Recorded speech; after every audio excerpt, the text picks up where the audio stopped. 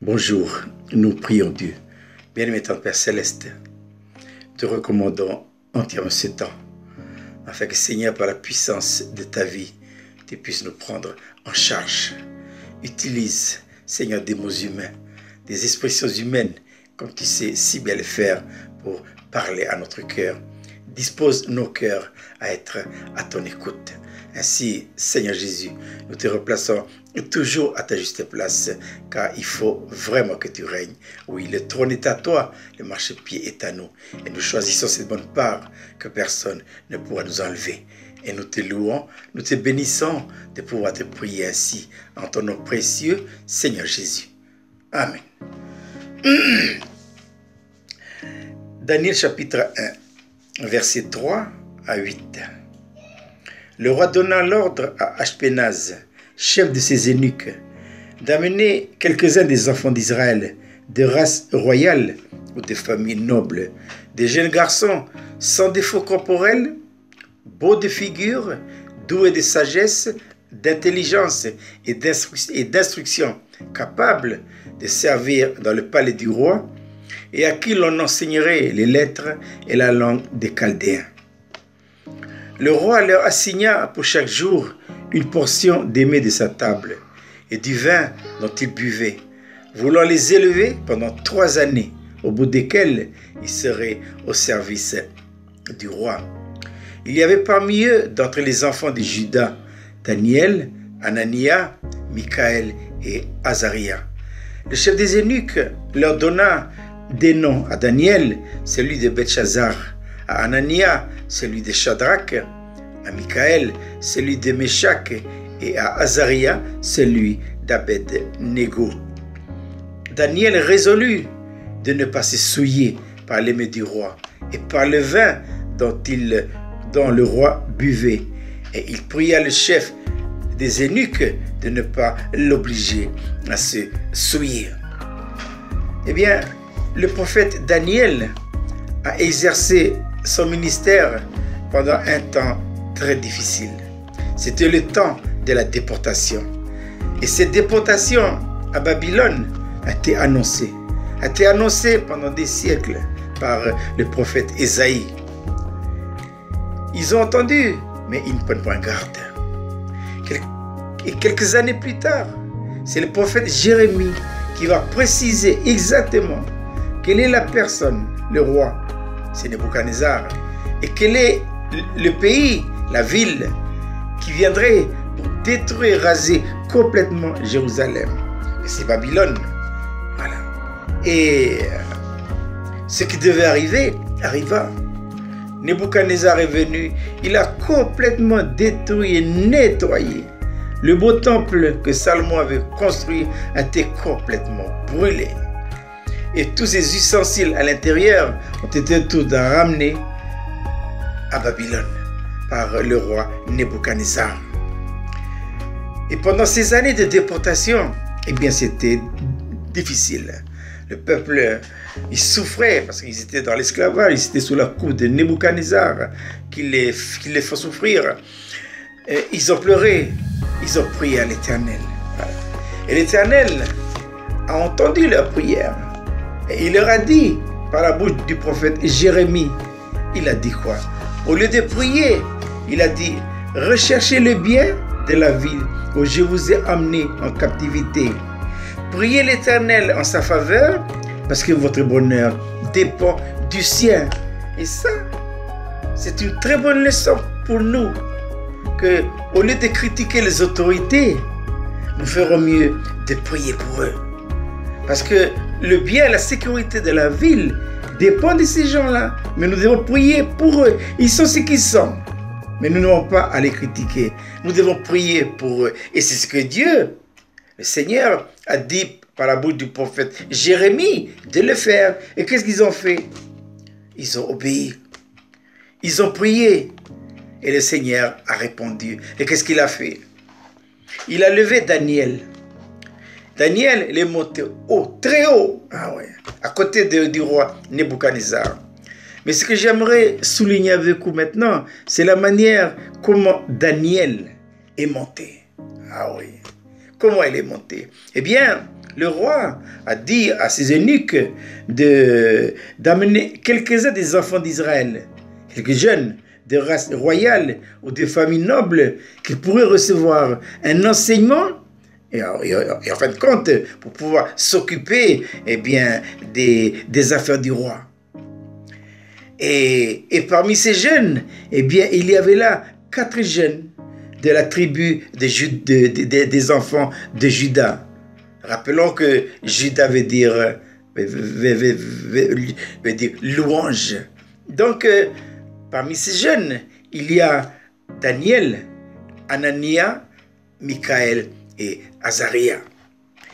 Et le roi Nebuchadnezzar, a dit à son eunuque, et là, tous les jeunes, il faudra les nourrir des mets du roi. Et il faudra qu'ils boivent le vin du roi. Voilà. Et Daniel, avec ses amis, ils se sont opposés à ça. Et qu'est-ce qu'ils ont dit? Il est dit, Daniel, résolu, il a pris une ferme décision de ne pas se souiller par les mets du roi et par le vin dont le roi buvait. Et il pria le chef des eunuques de ne pas l'obliger à se souiller. Alors évidemment, le chef des eunuques a dit, oui, mais il faut que vous vous nourrissiez comme les autres jeunes. Parce que sinon, ma tête est à prix. Si jamais vous portez mal, vous êtes malade, vous êtes fatigué, vous n'êtes pas intelligent. Et j'aime bien parce que Daniel a dit quoi? Écoute, mettez-nous à l'épreuve. Pendant 10 jours, nous, on ne va pas manger les mets du roi, avec les vins du roi. On ne va pas se souiller avec ça. Et nous, on va manger quoi? On va manger des légumes et de l'eau. Maintenant, il y a là, dans cette histoire, 2 tables. Il y a la table du roi Nebuchadnezzar et il y a la table du Seigneur. Sur la table du roi Nebuchadnezzar, il y a les mets du roi Nebuchadnezzar. Mais ces mets-là, on les retrouve dans la haute aristocratie. On les retrouve dans la haute société. Ah oui. De quoi s'agit-il? Eh bien, ces 3 mets, il s'agit de la corruption, ensuite l'immoralité, et puis ensuite la soif du pouvoir. Et ensuite, avec ça, il faut boire le vin du roi. De quoi nous parle le vin du roi? Le vin du roi nous parle de la vie du roi, de la vie naturelle. Cette vie que le Seigneur Jésus-Christ a crucifiée à la croix de Golgotha. Cette vie qui a pour père le diable. Voilà. Voilà comment vivent les gens de la haute aristocratie. Marqué.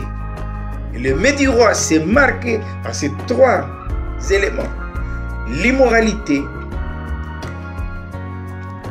la corruption, la soif du pouvoir. Et les jeunes doivent se nourrir de ça. Daniel a dit quoi? Daniel a dit, il prit une ferme résolution. Il dit, moi je ne vais pas manger ça là. Moi je vais manger les menus du Seigneur. Il va manger quoi? Pendant 10 jours, lui et ses amis, ils vont manger des légumes. Et ensuite, ils vont boire de l'eau.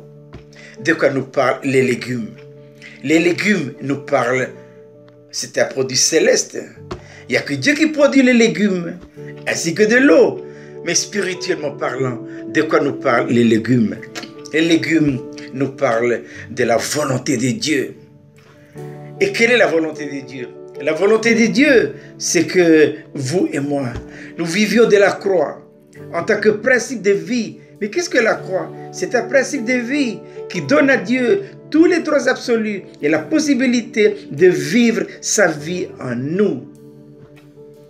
Et dans les légumes, nous trouvons 3 choses qui caractérisent la croix en tant que principe de vie. C'est quoi? C'est la soumission, l'obéissance et la dépendance. Et qui doit vivre la soumission, l'obéissance et la dépendance? Mais c'est notre âme. Et pourquoi notre âme? Parce que c'est notre âme qui a péché. Et elle doit vivre la croix. Oh, j'aime cette citation de Washmani qui a dit ceci: livrer à la mort cette vie de l'âme. Voilà donc le chemin qui conduit au sommet de la spiritualité. Se nourrir des légumes, c'est vivre la croix en tant que principe de vie. Les légumes nous parlent de la croix. Et l'eau nous parle de quoi? Eh bien, l'eau nous parle de la vie. Quelle vie? La vie de Dieu. La vie de Dieu que vous et moi, nous avons reçu le jour de notre nouvelle naissance. Si nous sommes convertis, si nous sommes chrétiens, si nous sommes nés de nouveau. Parce que si nous ne sommes pas nés de nouveau, eh bien, on ne peut pas boire de l'eau. On est obligé de boire du vin du roi. On est obligé de manger les mets du roi. Et les mets du roi, c'est quoi? Les mets de Nebuchadnezzar, c'est la corruption, c'est l'immoralité et c'est la sorte du pouvoir. Voilà. Et c'est comme ça que le pays est gouverné. Et c'est comme ça que Dieu, que le Seigneur, en un temps précis de l'histoire, il a levé Daniel. Alléluia. Daniel est monté. Ah oui, parce qu'au bout de 10 jours, quand Ashpenaz, l'eunuque du roi, quand il a fait la comparaison, quand il a vu les deux groupes de jeunes, il a dit, au bout de 10 jours, Daniel et ses compagnons, ils avaient meilleur visage et plus d'un bon point que tous les jeunes gens qui mangeaient les mets du roi. Voilà. Et non seulement ça, Dieu leur accorda à ces 4 jeunes gens la science, l'intelligence dans toutes les lettres et de la sagesse. Et Daniel expliquait toutes les visions et les songes du roi. Voilà. Et c'est comme ça que Daniel et ses 3 amis, ils ont pu monter jusqu'à s'asseoir là-haut. Et c'est important, parce que le fait que Daniel a été hissé vers le haut, c'est lui qui a complètement changé la situation du pays. On va ramener ça dans notre pays, nous ici. Moi, je suis convaincu que ce pays, notre pays à nous, on a besoin que ce pays soit dirigé par des hommes ou des femmes, comme Daniel. Rappelez-vous du temps d'Esther. Esther, c'est une femme.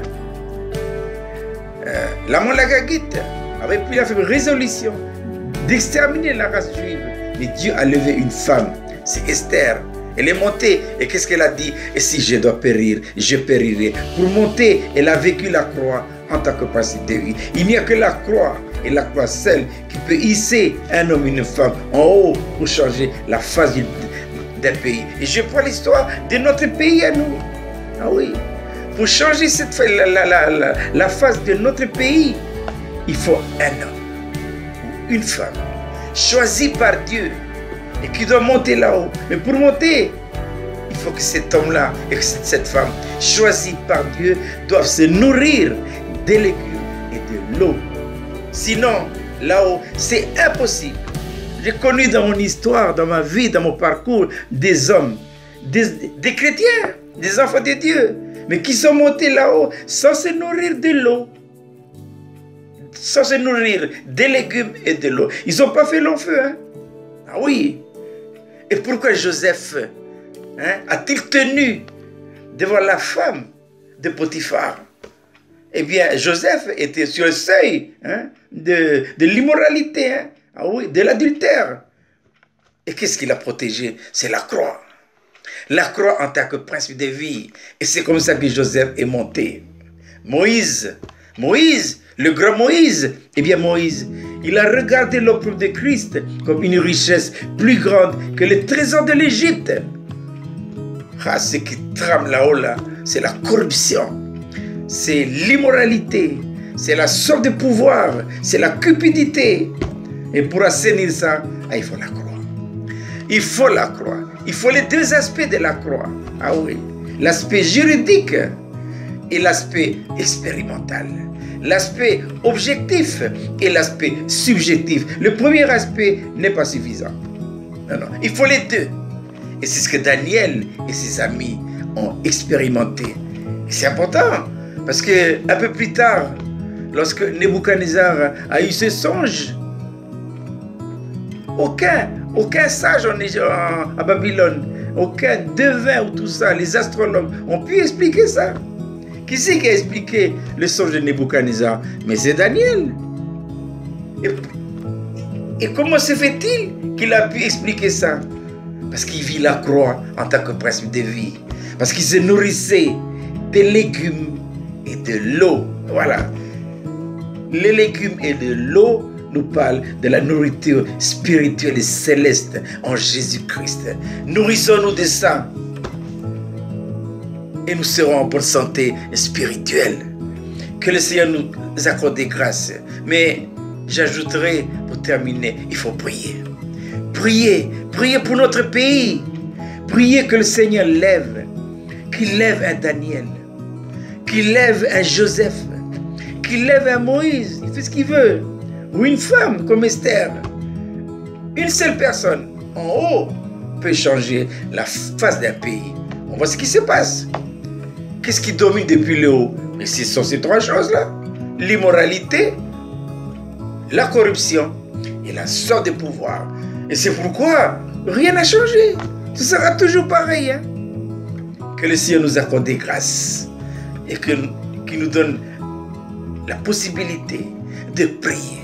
Priez pour le Seigneur lève de tels hommes. Et n'oubliez pas, l'aimer du roi, on l'a dit tout à l'heure, c'est l'immoralité, c'est la cupidité, la corruption et la sorte du pouvoir avec le vin du roi, qui est la vie naturelle, cette vie que le Seigneur a crucifiée à la croix de Golgotha.